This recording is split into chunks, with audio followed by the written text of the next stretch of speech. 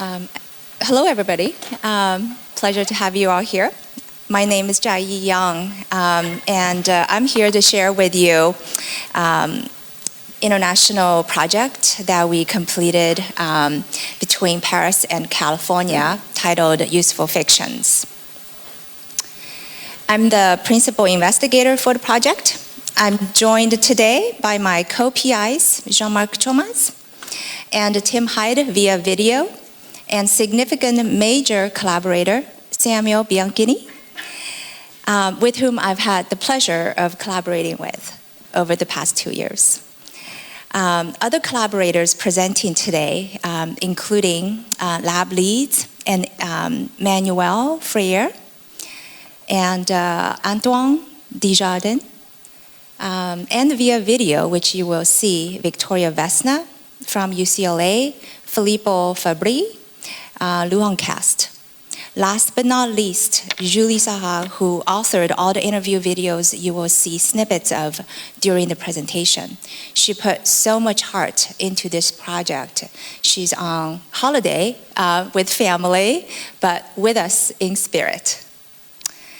And then many more were part of the project. I'm sorry, this is the incorrect slide. Or maybe I'm not, sorry, I am not advancing. That's my problem, maybe. Aha. Okay, much better, sorry. This is great, thank you so much. So totaling 18 graduate students from all over the world selected through an open call, and 24 academics and professional artists. Useful Fictions took 2 years to conceive and make. It is a collaboration between the University of California, Davis in the US and Chaire Arts and Science of École Polytechnique and École Nationale Supérieure des Arts Décoratifs in Paris. The project culminated in a week-long multidisciplinary symposium from Monday, September 9th, 2019 to Friday, September 13th, 2019. We gathered a coalition of artists, designers, humanists to work with globally acclaimed scientists in their laboratory, particularly climate scientists at École Polytechnique. Accompanying the symposium, we also mounted a temporary public art project titled The Speed of Light Expedition that took place in Montmartre, Paris, engaging the public over the course of 2 days from Saturday, September 14, 2019 to Sunday, September 15, 2019. The goal of the collaboration was to design and implement an experimental platform suitable for bringing artisan scientists together to expand share the concern of critical ecological and societal importance. The vehicle that carried the discourse forward was the creative co-production of artwork by artist-scientist teams. In pursuit of shared inquiries, the teams worked side by side with an attitude towards embracing the complexity of problem and modeling radical openness to research in which tools, laboratories, and studio work are shared between team members. The project's framework emphasized examining the post-pro total correlation between measurements and their interpretations. For an example, the concept of a meter. The image that used the, sorry, let me examine.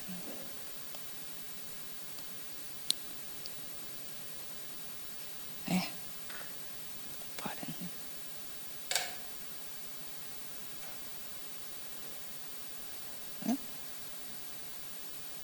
There we go, okay. So this image that you are seeing here is actually a hand holding a meter long rod. So measurements such as, or the concept of a meter the speed of light, and a photographic record of some sort. It's all inform of our understandings of the world with the assumption that establishes a truth that we can believe.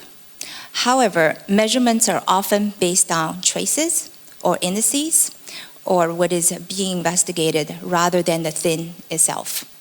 There are oftentimes proxies or indices, representative substitutes or indications that deem able to represent the original subject of investigation.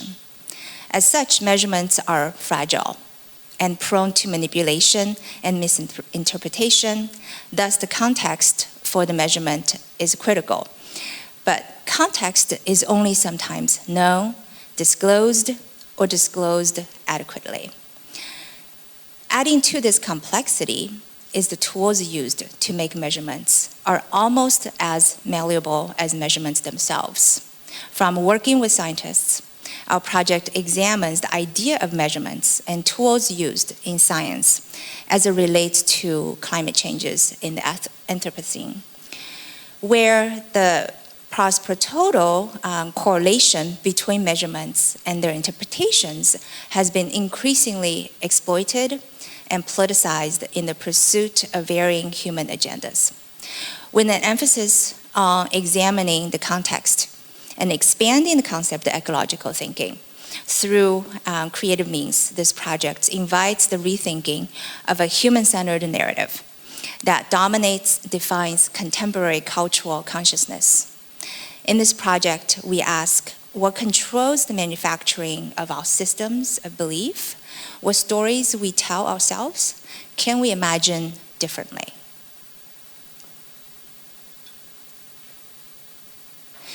The United States Embassy also hosted a reception at the historical George C. Marshall Center in Paris, where we declared the framework of the project and shared the manifesto by Jean-Marc. During the event, climate scientist Valerie Mason-Delmotte gave a speech about the state of the climate science. It was a great honor. This project initially came about when Jean-Marc and I met in Manizales during 2017 ISEA in Colombia. We met at my installation work installed at Alianza Francesa. Late that night, I received an email from Jean-Marc. He sent me 2 Leonardo papers that he had published and his scientific work, as well as our science collaborations. After that, he invited me to give a talk on ecopolytechnique. Shortly after, we collaborated on a grant. Upon receiving the grant 2 months later, we began the planning of the project. Here today, I am pleased to cement the original Useful Fiction's motivation, activities, and most importantly, human connections in the archive of ISEA. I would like to also consider the project in 2 folds. One, as it was conceived and carried out from 2017 and 2019, which you'll see many examples of shortly from the panelists. And what I come to understand. So number 2 is what I come to understand actually during this trip. In its very humble and modest ways, the project has ignited generative momentum among participants and institutions. And this drawing kind of captures this thinking where we began the project in the first 2 years, and the symposium represents this dot in the middle with lots of activities that grew out of it. And from there, we almost immediately went into COVID. During COVID, a lot of activities actually went on. Until now, I realized 2023, lots of projects have carried on life of its own. So it is in this spirit that I will now kick off today's roundtable by giving you a sense of the sequence of presentation and timing for the discussion. First one to go would be Lab 1. Victoria Vesna could not be here So I am going to speak on behalf of her lab, and then I will play a short video. You'll hear from her directly. So in Lab 1 is titled Climate Measurements. It took place at CIRTA, France's National Atmospheric Research Center on Climate and the Environment. Climate scientists at the lab study and trace and track dust particles. The creative project produced is titled Stardust. The project is set in the future. An ancient curiosity cabinet was found containing atmospheric science tools and visualizations of dust studied on Earth of terrestrial and extraterrestrial origin. They also created a dust invasion poster describing the invasion of the US in 2023 by foreign nations. The project's result is a light-hearted installation created humbly and poetically with music and singing. So we'll hear from Victoria directly talking about her experience. Could someone please play the video on the left? My name is Victoria Vesna, and I'm a professor at UCLA at the Department of Design Media Arts. I also initiated in 2005 the Art Science Center, so we're based in the art school and in the California Nanosystems Institute. My new project is dealing with dust, particularly looking at meteorites and micrometeorites, so all this dust that comes out of space and then mixes with the atmospheric dust. That's both natural, like Sahara dust, volcanic dust, or dust that's anthropogenic that people create from fossil fuels, cars, etc. So I'm actually really happy to be here to work with Dr. Ima Bastida, who specializes in atmospheric sciences in dust. So she did research about Saharan dust and the volcanic dust coming to Paris. And it's very interesting to me as a problematic because everybody has dust in their home. But if you look at the small dust and start thinking microscopically, you may find that there's stardust in your kitchen, you may find that it's fossil fuels, you may find microplastics, you may find hairs from Saharan animals. It's actually pretty amazing to start thinking about these micro worlds in relation to our daily lives and then space. That kind of scale is really important, and to have access to the equipment here at École Polytechnique was really an amazing thing. Working with students who also discover new things is important as well, so it was a really important thing to be here. Great, thank you. Next, we have Lab 2, Jean-Marc Thomas. Oui, merci. Donc le lab numéro 2, c'est cette idée de peut-être on change d'échelle. Donc, et vous allez voir, moi quand je regarde à la salle là, comme je suis entraîné comme scientifique, je vois au-dessus de chacun de vous une petite plume thermique si vous réfléchissez trop.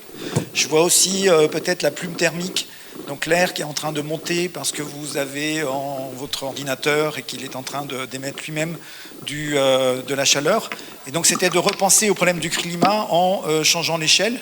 Et quand on dit microclimat de 1, on ne sait pas tellement qui est le 1. Donc ça permet de questionner aussi cette idée de qu'est-ce que c'est que ce 1.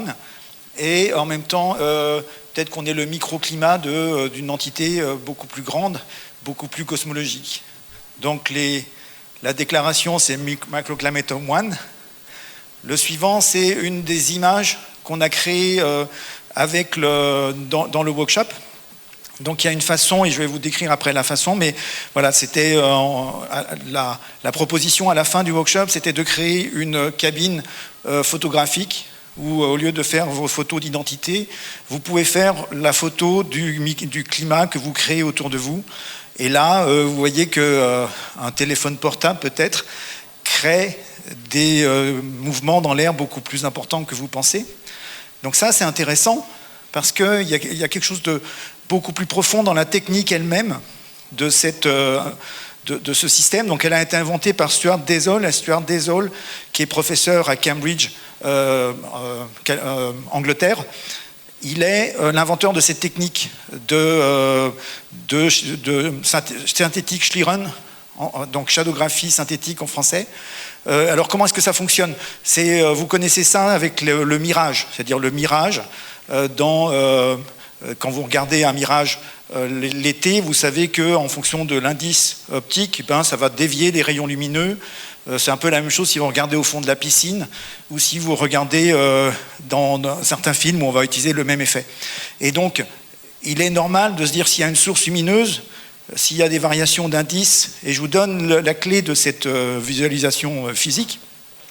S'il y a des variations de chaleur dans l'air, ça va faire des variations d'indices optiques et donc ça varie la vitesse de la lumière, et en variant la vitesse de la lumière, ça va courber les rayons. Et si vous mettez un écran, ça va vous faire des effets de focalisation, défocalisation de la lumière, comme au fond de la piscine.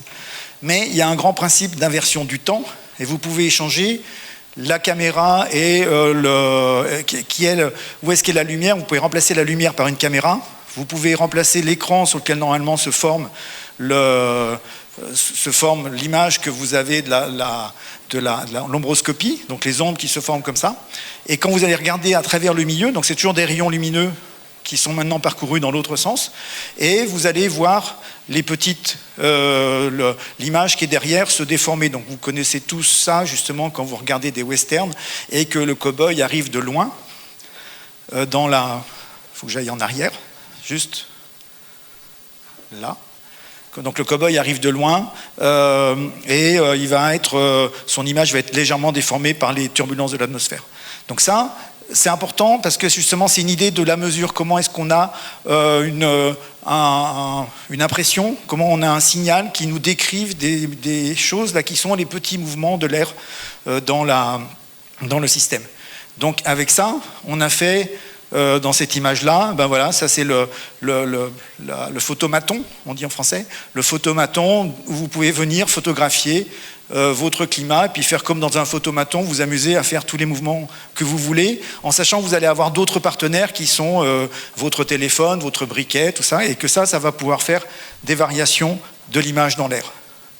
Donc ça, c'est d'autres images qu'on a.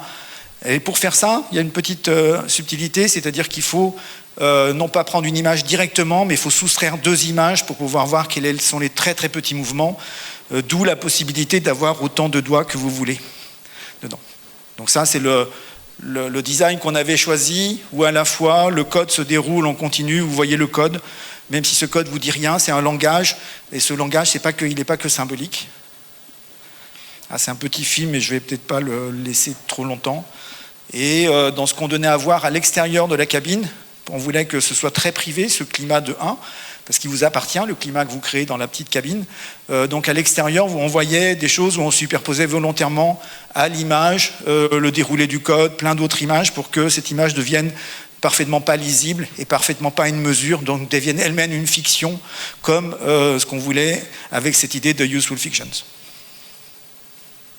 Et je vais passer à l'ABE 3, dans le Additive Manufacturing, qui... Ah oui. Tiens, je te donne le micro. Merci, hello. Donc, plus simple et plus fluide.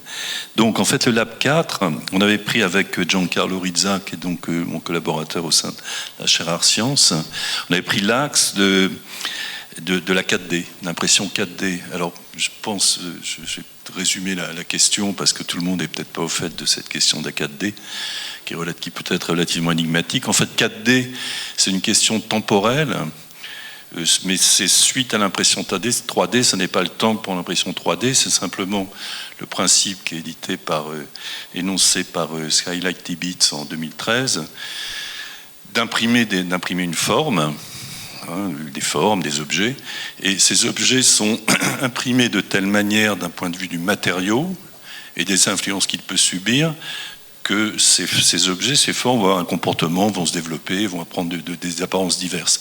Alors, ça, c'est le principe de base. Donc, ces influences, elles peuvent être des stimuli ou énergétiques, hein, électricité, chimie, humidité, magnétisme et autres situations qui font que cet objet va prendre différentes formes, différentes situations. Voilà. Alors, donc, si vous voulez, par rapport à ce lab, il est évident que l'objet du lab n'était pas de créer ces matériaux, puis en quelques jours, c'est totalement inaccessible. Hein. Là, on parle de situations machines, imprimantes 3D sophistiquées, hein, qui permettent d'imprimer avec un élément de base, un matériau de base qui ensuite va être complémenté avec d'autres éléments, 1, 2, 3, plusieurs éléments qui permettent d'avoir cette activation. Donc l'idée du lab n'était pas cette poursuite-là, mais c'était par contre d'expérimenter de la base de ces questions avec le magnétisme, qui est l'axe de travail de Giancarlo Rizza, et de travailler sur une question en fait liée aux morphologies, hein, et aux différentes situations morphologiques qui permettent d'anticiper sur des mouvements, sur des situations liées à cette question d'impression 3D, donc à une stimulation. Alors, le matériel pour le lab était un matériel assez classique, hein, c'est-à-dire des FDM, des imprimantes 3D à filaments, et on avait aussi une imprimante qui aurait pu correspondre à une mise en place d'un objet final qui était une imprimante SLA, qui est imprimante en fait qui est un matériau qui va figer aux UV, hein, un matériau souple. Donc comme toutes les imprimantes 3D, ça marche par couche, par stratification, voilà. Donc en fait le déroulement du lab a été concentré sur la question principalement d'explorer des formes et des situations.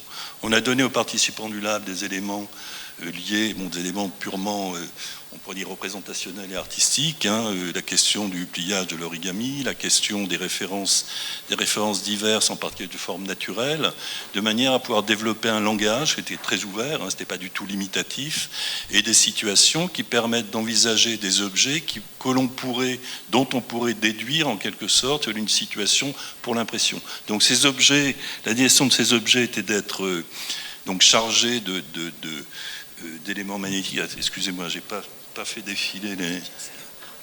Ok, d'accord. Ok, donc de faire... L'objectif était donc d'explorer une série de formes et de configurations formelles et matérielles qui permettent, si vous voulez, de parvenir à une situation qui nous permettrait d'envisager quels seraient les critères et les paramètres nécessaires à la constitution d'une impression idoine. Voilà, mais ça n'était pas l'objectif, évidemment, comme vous l'avez bien compris, premier du lab. Donc, le produit du lab a été extrêmement divers. Alors, si je reviens, juste pour l'anecdote, pour la suite des événements, la première image, donc je pense que c'est là, pour revenir en arrière, non ? Hop. Revenir en arrière. J'essaie de revenir en arrière pour vous livrer une petite anecdote. Pour une flèche là. C'est cette. Ah oui, d'accord, ok. Elle ne veut pas marcher avec moi, la petite flèche. Ça y est, c'est bon, merci. Alors juste une petite parenthèse, vous voyez, sur la question des matériaux, parce que les matériaux, en fait, il y avait donc des éléments qui sont des éléments magnétiques, des éléments ferriques qu'on peut intégrer dans les différentes formes, différents objets, différentes structures. Et puis des éléments comme ici le ferrofluide, hein, qui est en fait un fluide dans lequel est inclus des nanoparticules magnétiques. Et ce fluide, on l'a supprimé des expériences suivantes, parce qu'il y avait un étudiant qui est un étudiant d'art graphique californien qui est revenu un soir. On l'avait laissé travailler dans le labo. Bon, alors, il y avait tous ces éléments magnétiques. Bon, il y avait des aimants pour animer les choses, évidemment, et puis quelques colorants. Et donc, cet étudiant est revenu, il est arrivé à la cantine, je crois, c'est ça. Hein, il était barbouillé barbouillés de ferrofluide, ce qui est quand même très dangereux parce que ce sont des particules, des nanoparticules. Voilà, donc ça c'est une petite anecdote donc, qui a été supprimée. Il y avait également du gallium, hein, c'est un métal qui s'assouplit, je dirais, à partir d'une certaine température. Donc tous les éléments étaient là pour créer une série, si vous voulez, d'éléments qui seraient activés sous conditions magnétiques. Voilà. Alors, il me reste un peu de temps. 2 minutes, ok. Alors, la question, si vous voulez, la question de l'impression, en fait, la question d'impression 3D, qui est donc un petit peu aussi à l'origine de la conception de ce lab, en fait, elle est utilisée selon un spectre assez large, c'est-à-dire à la fois sur un mode de prototypage, c'est-à-dire de prototypage et d'expérimentation de forme et de situation de forme et de mécanique, et également sur un mode beaucoup plus élémentaire, qui est à savoir la création, par exemple, de moules pour faire évoluer, si vous voulez, les formes et multiplier les différentes opportunités de forme et de configuration. Hein, voilà. Bien, je pense avoir fini, en fait.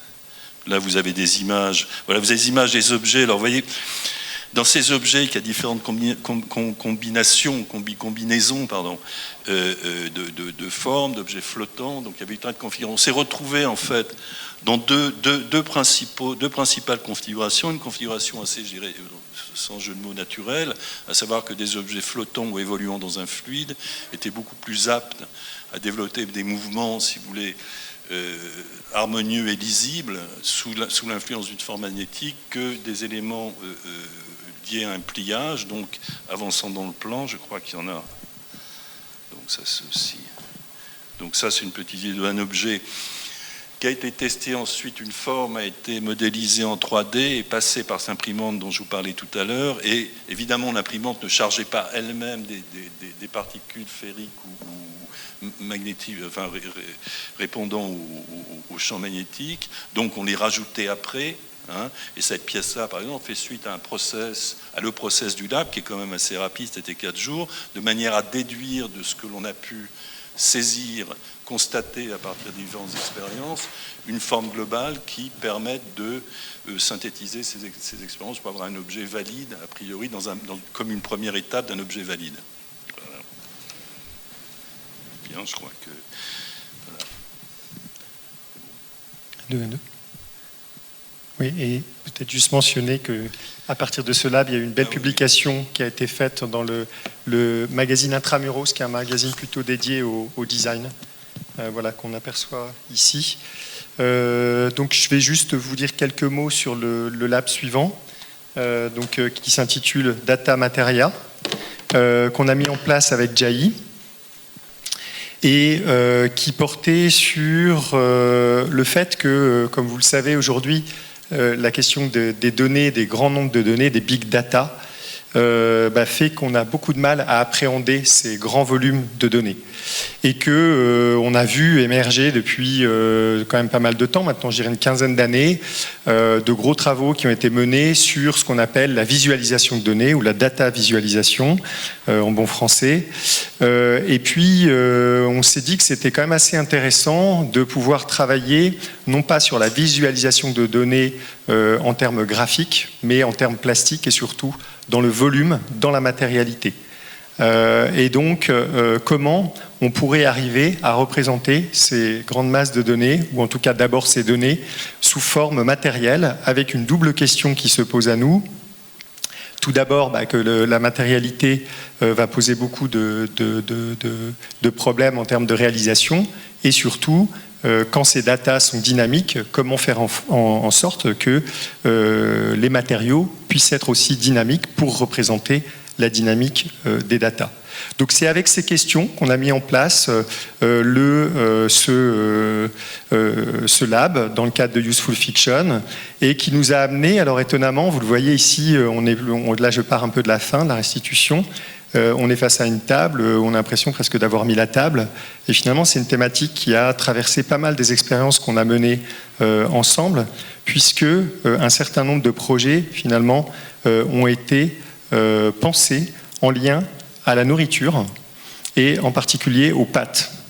Et donc ici on voit comment a été travaillé le fait de pouvoir produire des pâtes à partir de data, et donc aussi évidemment avec la possibilité, pourquoi pas, de les cuisiner. Donc on verra un autre exemple où du côté des nappes ou des napperons, comment pouvoir matérialiser ces données en les matérialisant donc dans ces formes de papier, mais qui peuvent devenir quasiment en 3D dans la mesure où on les sculpte avec de la découpe laser. Et puis est apparu aussi un projet qu'on a mené avec Yanis Lallemand, qui était autour des tables. En fait, assez rapidement, on s'est dit, tiens, c'est intéressant parce que les data, en fait, souvent, on fait des tables, mais des tables au sens des tables Excel.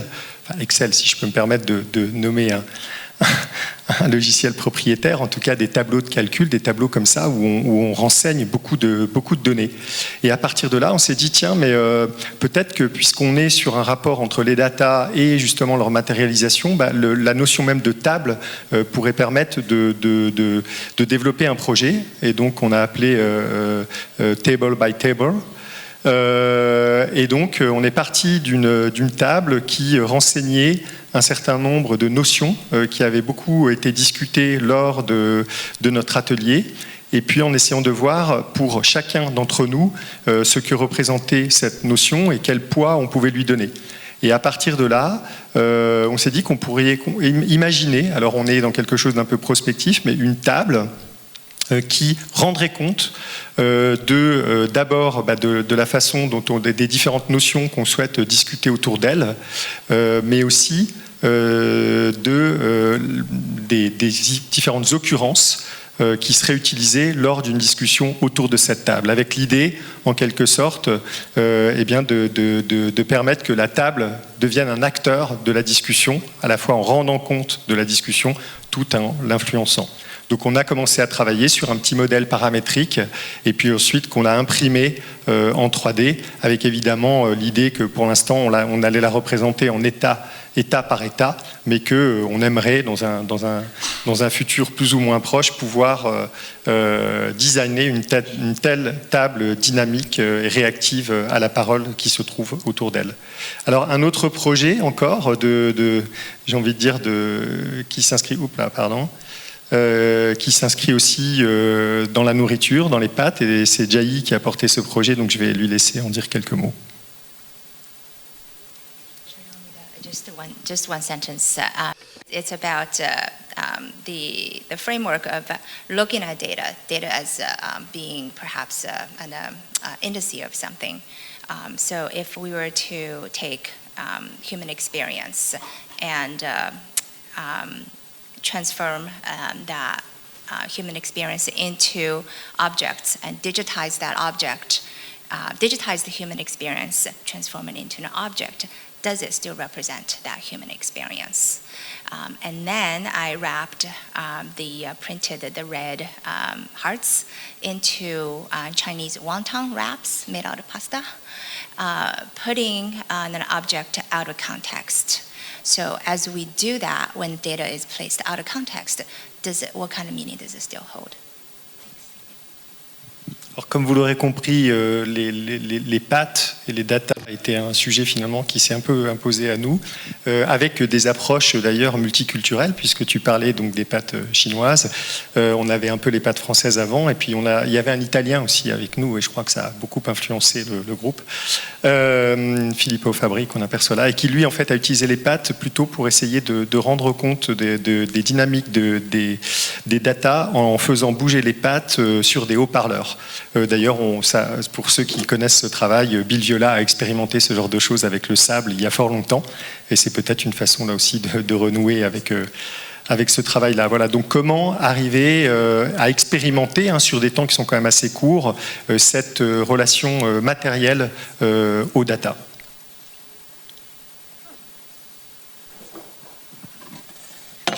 I'm happy speaking from here, if that's okay. So Lab 5 was titled Making Engagement and Reflexivity. Thank you. Okay. And it was, in fact, I think it'd be better suited to be called the Sites, Places, and Objects of Interdisciplinary Research. And this lab brought together a group of people with different and unrelated expertise, and in this very, at École Polytechnique, in this very scientific space. So the lab was very interested in questioning this, the authority of science and the authority of this place where we would be situated for an entire week. So I'll read to you the premise of this laboratory, which was scientific truth is constructed in an iterative negotiation between epistemic, methodological, and technical questions. Constructs are invented with the instruments that allow different concepts to be measured. Science is, in this sense, an arbitrary measure to assess real conditions. What other possible constructs and instruments have been or are being overseen in the histories of science and hence deprived of their own validity? What narratives and forms of knowledge are disavowed in the authoritative phase of the scientific method? So the goal was to point into unforeseen avenues of inquiry or proposing alternative but useful fictional constructs and instruments. So what the group decided to do as soon as it came together was really to question, where are we? What is this place where we are, and what can we learn about it given the expertise of the people that we have here? So I'm just going to... So coming together, the group decided that the best way to start learning about this place was to actually draw a straight line across campus and walk it. It ended up being 2.5 kilometers along a more or less straight line. And each of us, with our own expertise, we developed a protocol to collect data and to try to know as much as possible about wind, light, temperature, smell, vegetation, topologies of constructions. So amongst us, we had someone that was, for example, very interested in la botanique. And so they were very sensitive about the vegetation and what we could collect from there. Someone else was interested in geology, so we collected samples of soil. And we also had in the group a former member of forensic architecture who introduced us to photogrammetry techniques to document objects and spaces that we could find on the way along this walk. Do I have other images?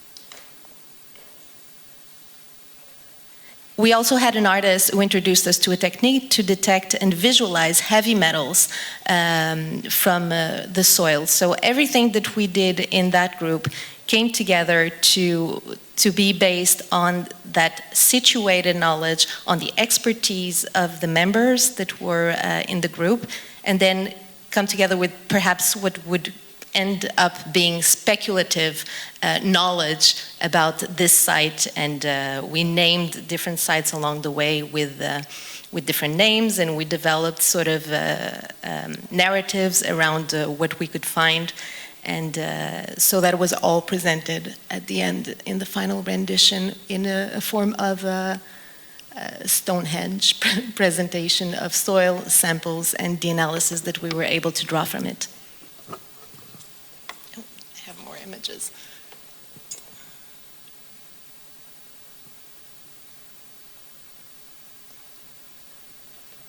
And up to you, Jay.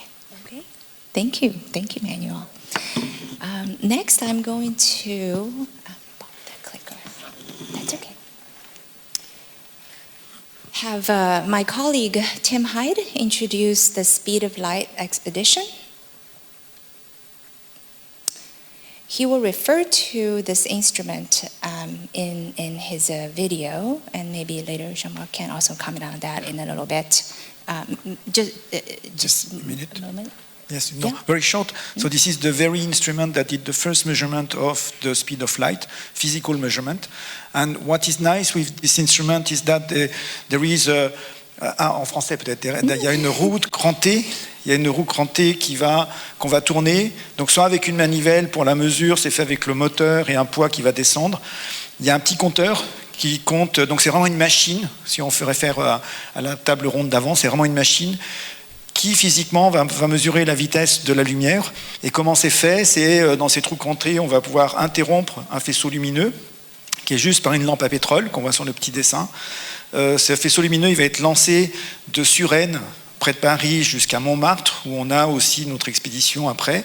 Il y a un autre télescope avec un miroir qui renvoie cette lumière vers le point d'observation, et on regarde à travers la même roue crantée, avec un œilleton, donc avec un miroir semi-réfléchissant, et quand on tourne à la bonne vitesse, eh bien on laisse passer la lumière, elle fait son aller-retour, mais quand la lumière revient, manque de chance, on est devant le cran, et donc on ne voit pas la lumière, et donc en regardant l'intensité de la lumière, on a une idée de cette mesure. Donc ce qui est vraiment intéressant, c'est la physicalité de la mesure quand on raconte ça, c'est-à-dire que ces mesures, elles ont un vrai ancrage physique, et c'est ça qui les relie dans ces useful fictions.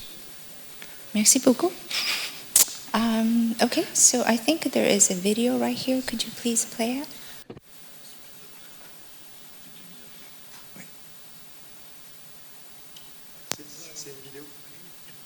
I'm an artist and professor in art studio in the Department of Art and Art History at the University of California, Davis. The Speed of Light expedition was conceived by Jai Young, Jean-Marc Chomaz, and myself. It was inspired by a small brass device in a science museum on the campus of l'École Polytechnique. This device was designed by French physicist Hippolyte Fizeau in 1849 to conduct the first accurate terrestrial recording of the speed of light, and it changed the world. Using carefully aligned optics, the device projected light 8 kilometers across Paris and measured with a spinning toothed wheel the time it took to return between reflectors positioned on the hills of Montmartre and Saussenne, 8 kilometers apart. The video playing now are clips from a 5-channel video in an asynchronous infinite loop, a collaboration between Jai Young and myself, filmed in Paris under the path of the beam of light from Fizeau's experiment. Those 8 kilometers changed our concept of the universe in 1849.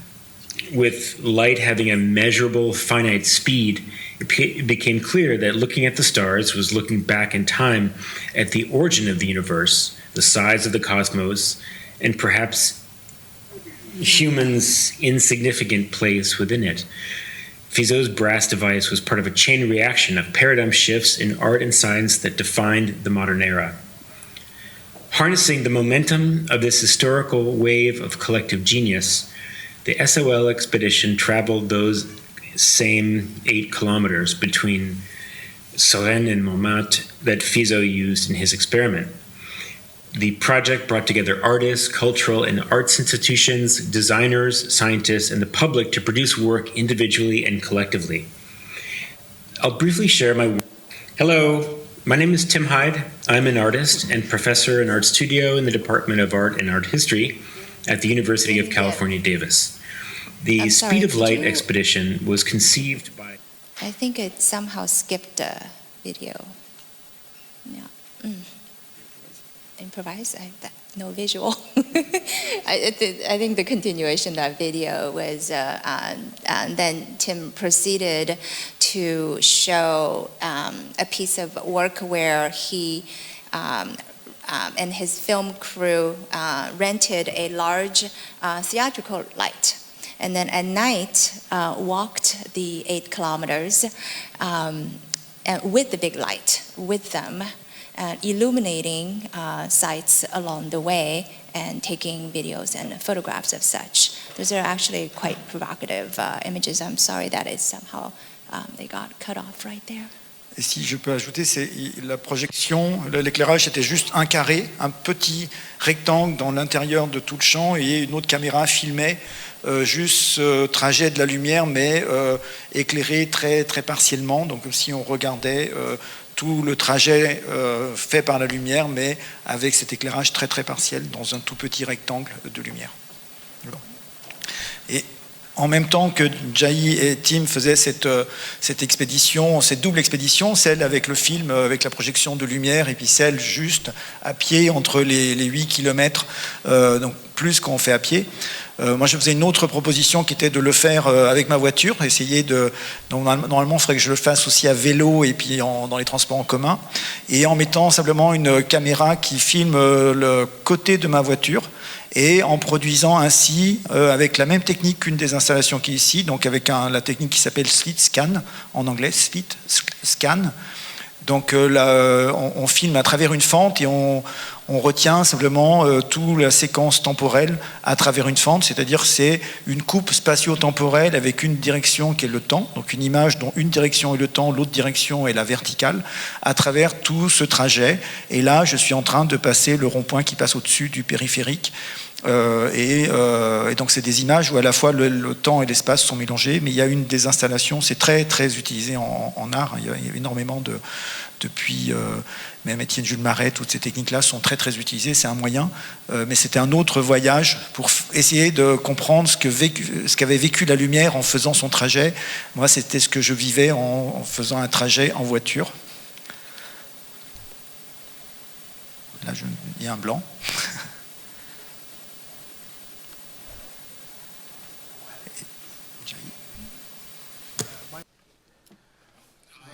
So at the University of California, Los Angeles, departments of design, media arts, and film, television, digital media.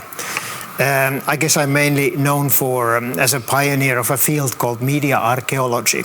I think I'm going to Media say archaeology that, tries to understand the contemporary mediatic condition by creating dialogues between the present and different moments in the past. Commenting on this project with regards to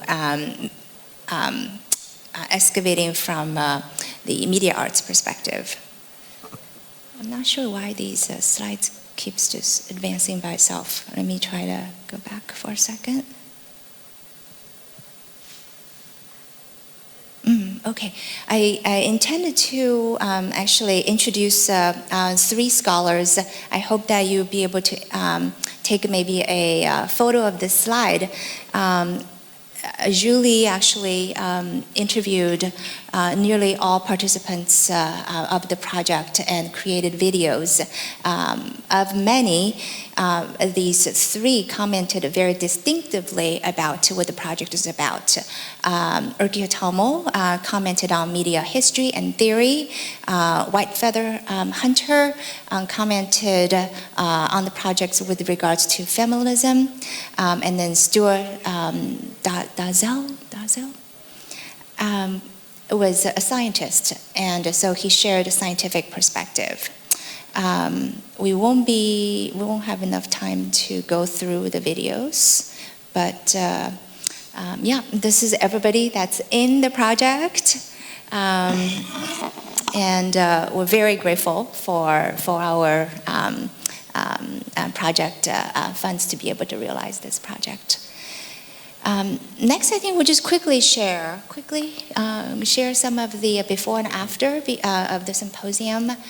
And yeah, that's a video. Yeah, no, that's fine. That was fine. Is it? That was a video. Go back. Yeah. Yep. Okay. There we go. Excellent. Thank you. So this idea of bringing together artists and scientists to work based on material practices, so around the very techniques and materials of what makes everyone's practice, is actually stems from previous activities and previous such models of workshops that we conducted while I was a postdoctoral researcher at ENSAD Lab and at École Polytechnique for the Chaire Arts et Sciences de la Fondation Carasso.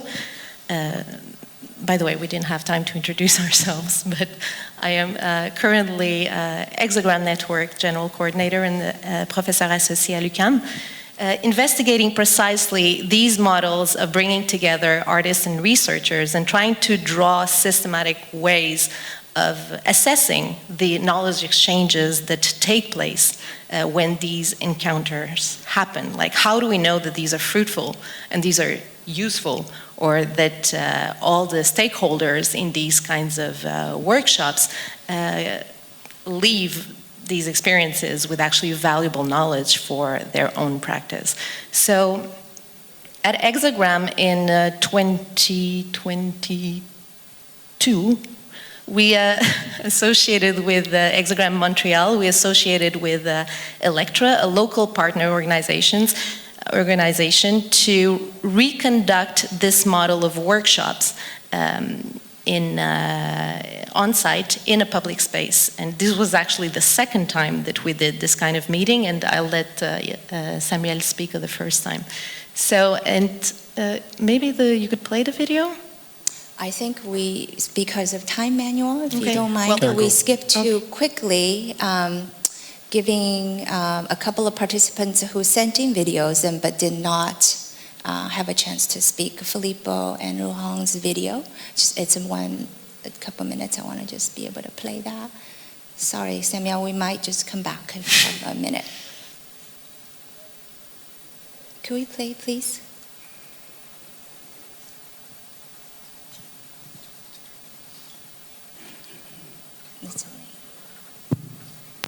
Measurement of the speed of light made by the scientist Hippolyte Fizeau in 1848. We see a continuously rotating light casting a shadow that moves slowly at the speed of 0.315 meters per second on a screen of 1 meter.